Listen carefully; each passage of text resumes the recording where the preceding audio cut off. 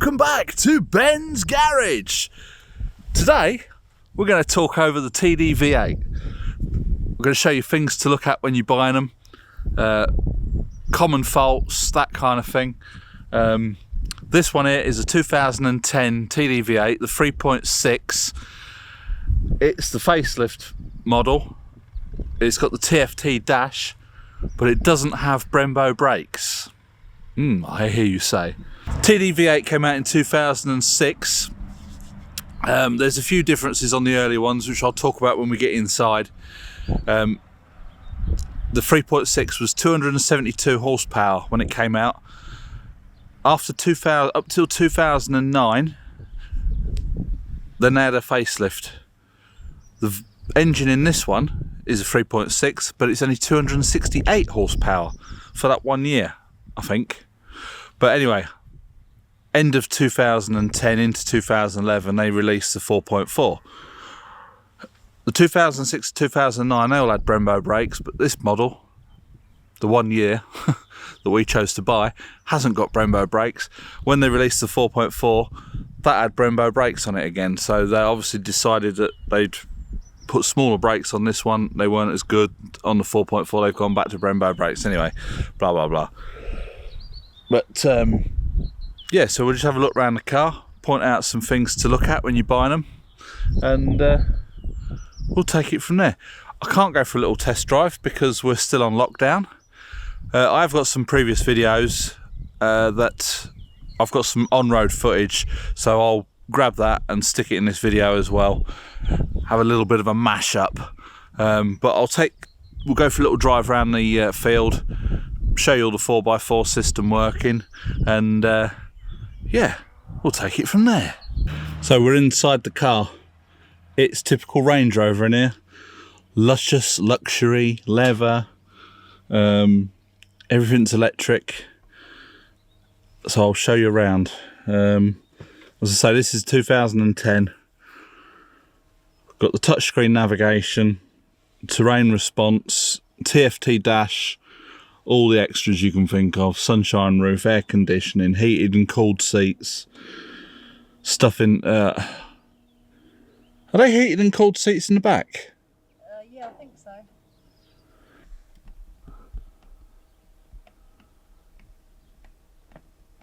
Now on the early TD6, the L322, the ignition key was here somewhere.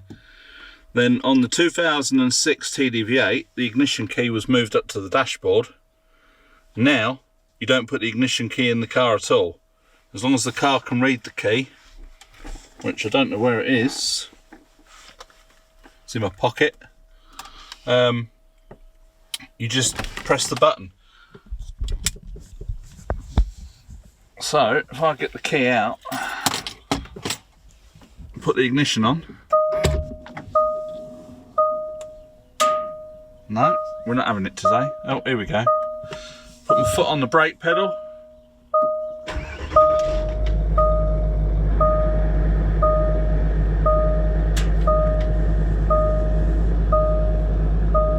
I have done a video previously on the L322 that we've got, the TD6.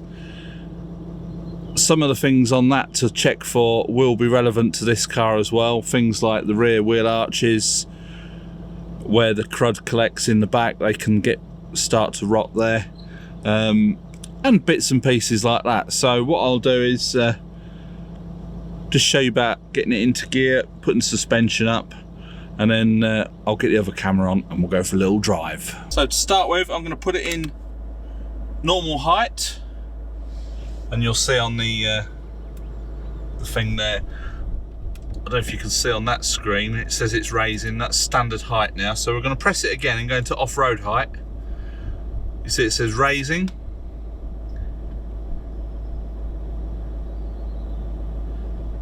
And there we go. If you can see there, it says we're in park in high range. So I'm going to put my foot on the brake, pop it into neutral, and select low range. And that's it, we're in low range now. Put it back into park. Now this little screen here is quite good, because I mean, if you watch this, if I turn the steering, it shows you which way your wheels are pointing. which when you're off-roading is quite a good thing to have. Further down here we've got terrain response. I'll turn that round one click at a time and you can see what it says.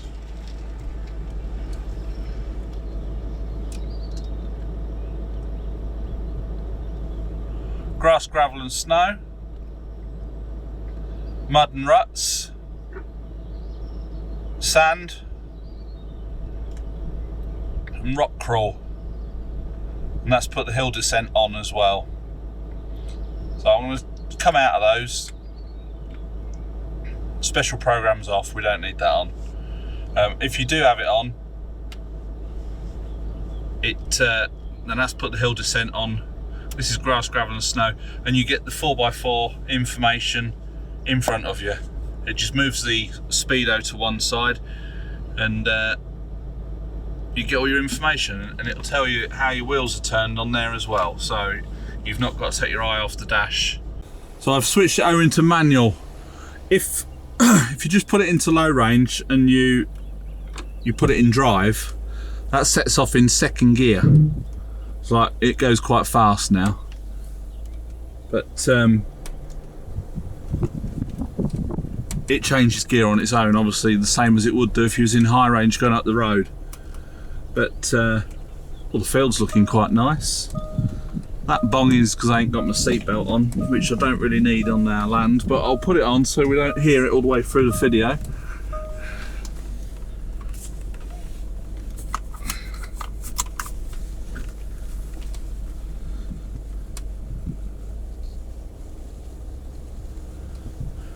As you can tell, it's pretty quiet. I've got the windows open, but it is pretty quiet in here. And this button just here is hill descent, so I'll press that. Hill descent's come on.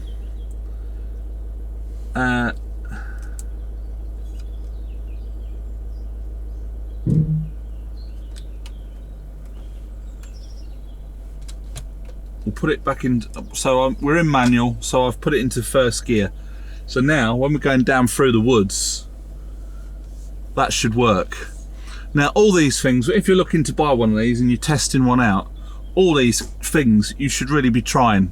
Make sure that it goes into low range, because a lot of these cars have never been used off-road. They've never been put into low range. I mean, we use ours in quite regular. So we're just going through now. I'm not even touching the throttle. The car's just taking itself down. If it starts to speed up, the brakes will apply themselves and it will just keep it nice controlled descent down through to here.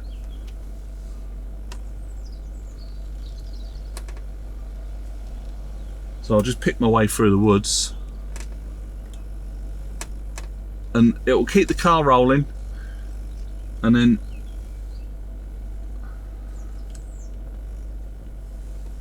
I can speed up the hill descent as well with the cruise control buttons.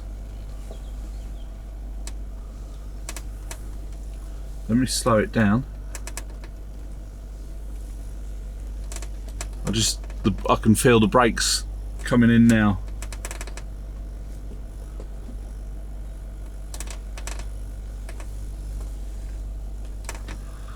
We'll notice it when we go down this bit over here because it's quite steep.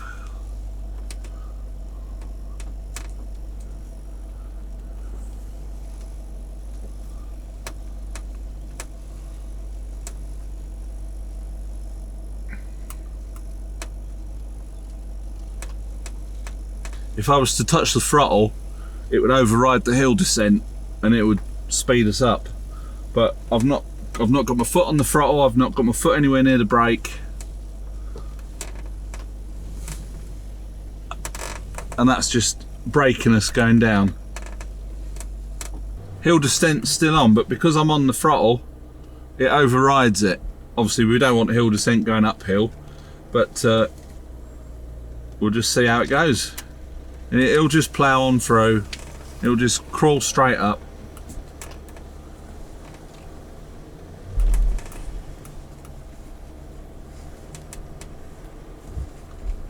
So I'll switch hill descent off, pop it back into drive, and that's all of a sudden just gone straight into second gear. So we'll go and see what obviously it's quite dry. We've got road tyres on it. They're like winter tyre, like all season tyres, so they've got a little bit of grip on them, but they are obviously road biased tyres. If you was ever to get into serious off-roading, you'd want something a little bit more aggressive, but for us this is perfect.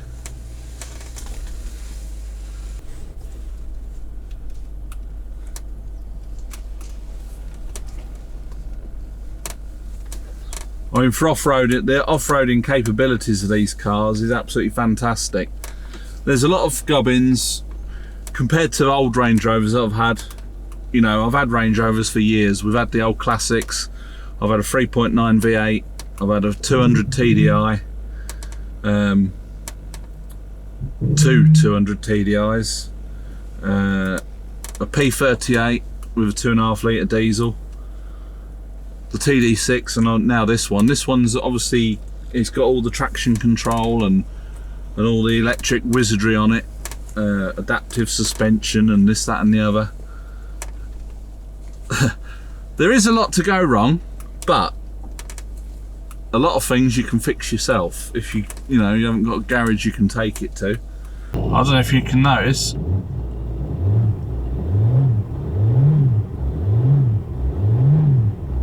it already revs a lot freer.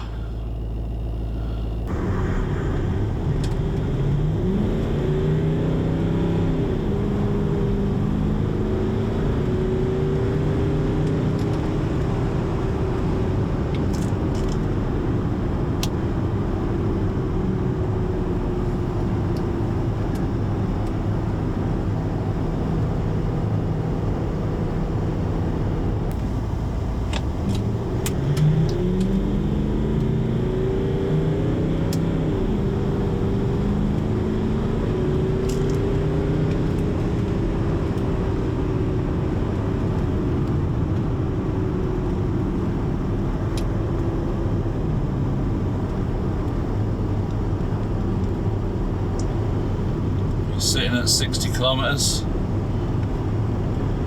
That's not even full kick down, that's just sort of, oh Christ, here we go. It's just got so much more mid-range punch.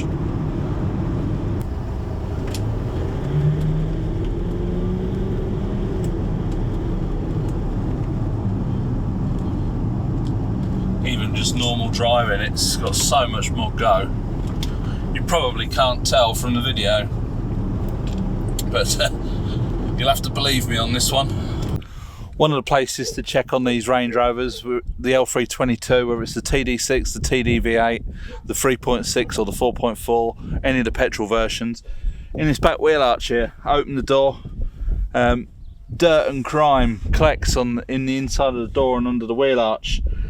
And in France they don't use the same stuff on the roads in the winter, so they don't rot out cars over here.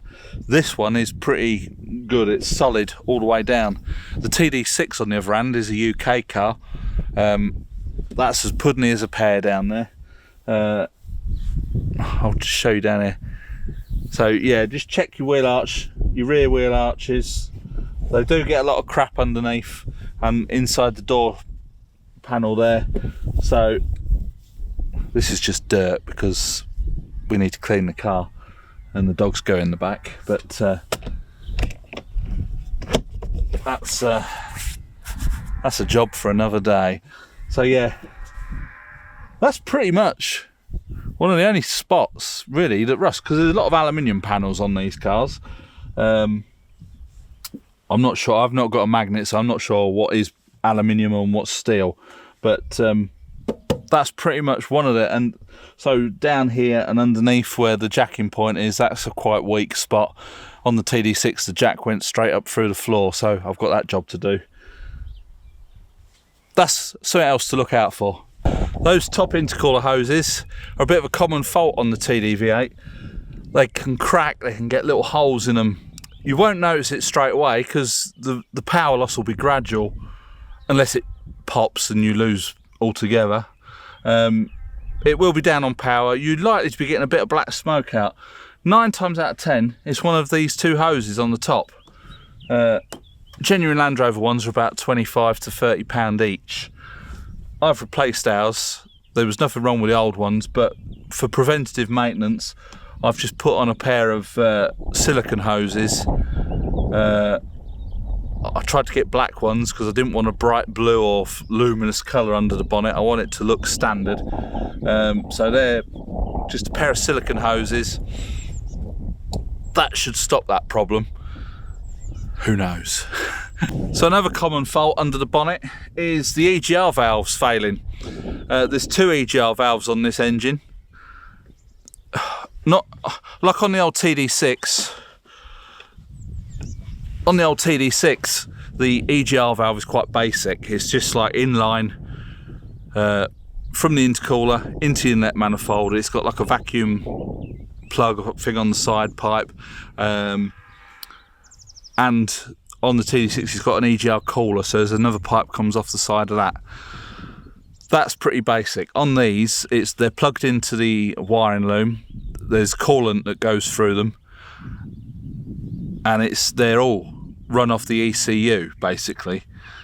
They do fail. I did read it, like the coolant side of it can fail, and I don't know if you get coolant in your intercooler hoses and stuff, but by the time most people realise, it's probably too late, and it can then go through and damage your turbos, so you end up having EGR valves and turbos. I'm not scaremongering here. If it's a well looked after car, you should be fine. If it's had plenty of oil changes. We have actually had this car remapped. It's not something that I would say on all cars, go out and get it done. A lot of people advise against doing it on a Range Rover. I would definitely advise against doing it on the TD6 because the gearbox is on the limit of its power as it is. The TD6 was 177 horsepower. That gearbox, I think, would fail at 179 horsepower. There are a lot of issues with that gearbox. This has got the 6-speed ZF gearbox, and the later 4.4 had the 8-speed ZF gearbox. They are a bit stronger, but some people say that they're still not quite strong enough for extra power. Now, we don't tear around like boy racers.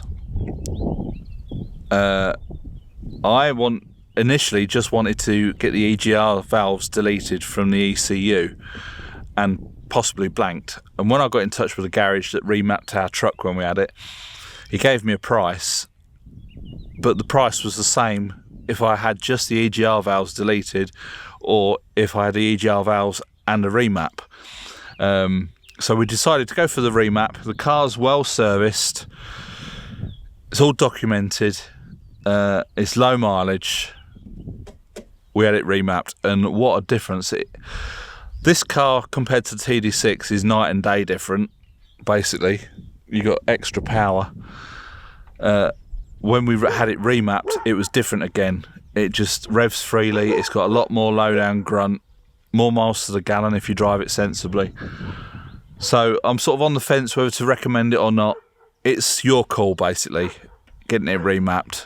But if you're to buy one of these second-hand, you'd want to know if it's been remapped or not, and if it's had a good map put on it and all that kind of thing. So a few things to look at or check. Service history, it's the same goes with any car. Intercooler hoses, be prepared for them. A set of silicone intercooler hoses cost me 90 quid. Pounds, that is. EGR valves, I think they're about €450 a pound each.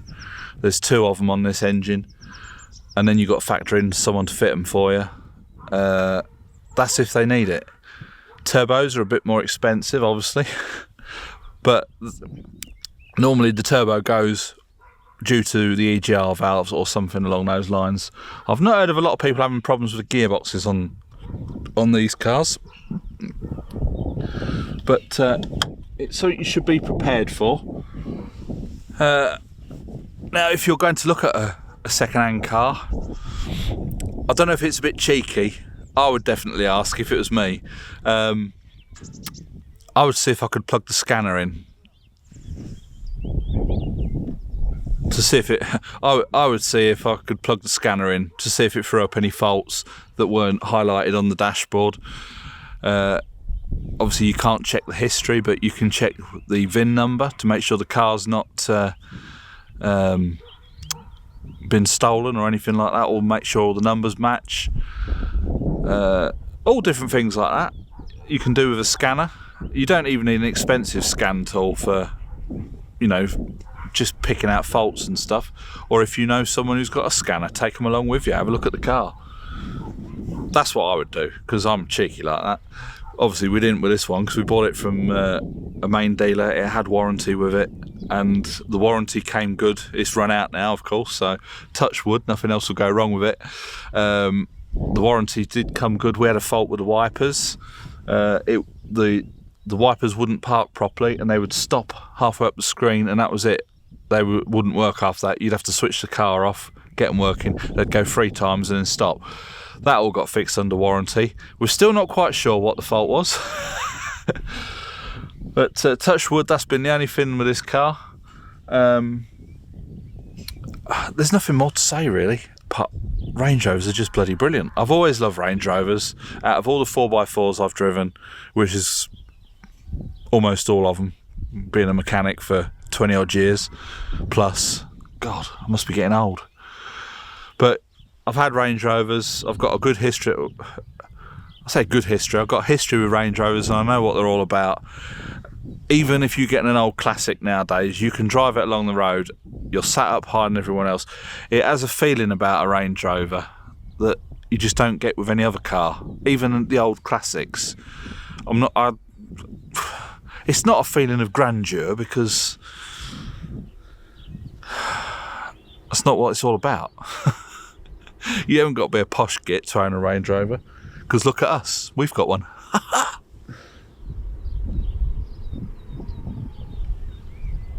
A lot of traffic out here today, being as we're on lockdown. But yeah, so that is the Range Rover TDV8. This is the facelift, as I've said. It's got the different grille, the TFT dash. It's down as having a DPF, but it hasn't got a DPF on it, because I think in France they were a little bit behind the UK at actually installing the DPF filters on their diesels. I think the 4x4s have DPFs on them.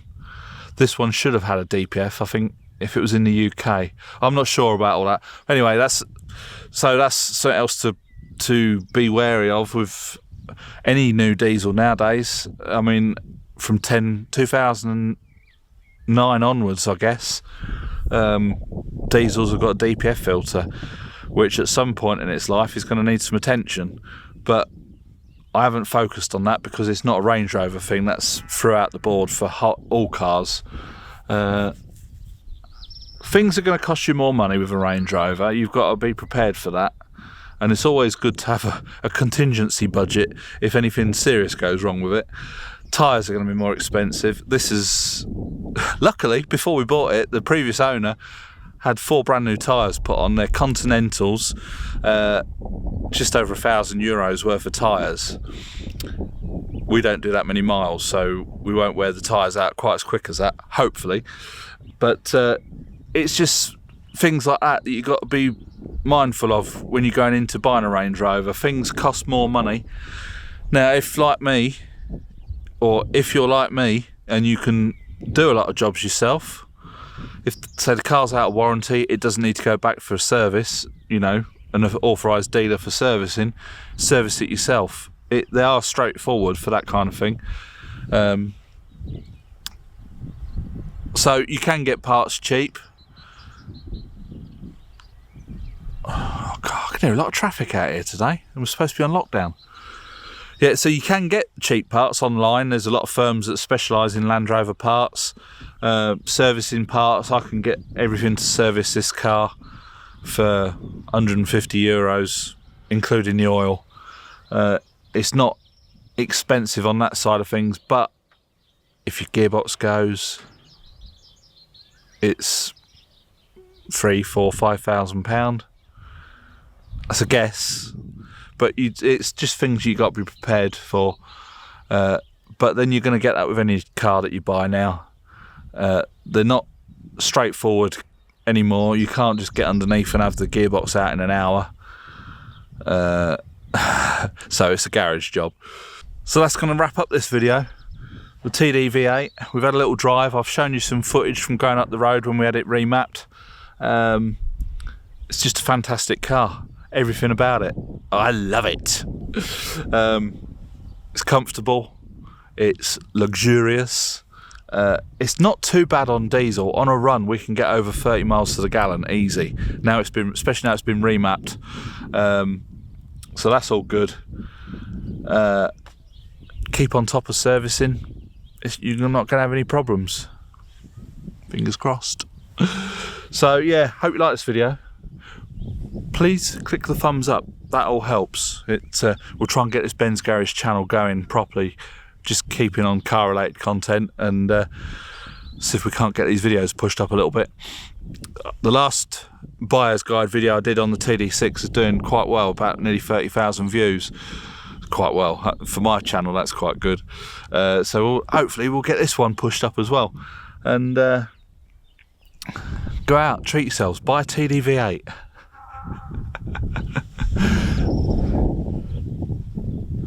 So that's it from me and the Hobbit indoors getting dinner ready. It's bye for now.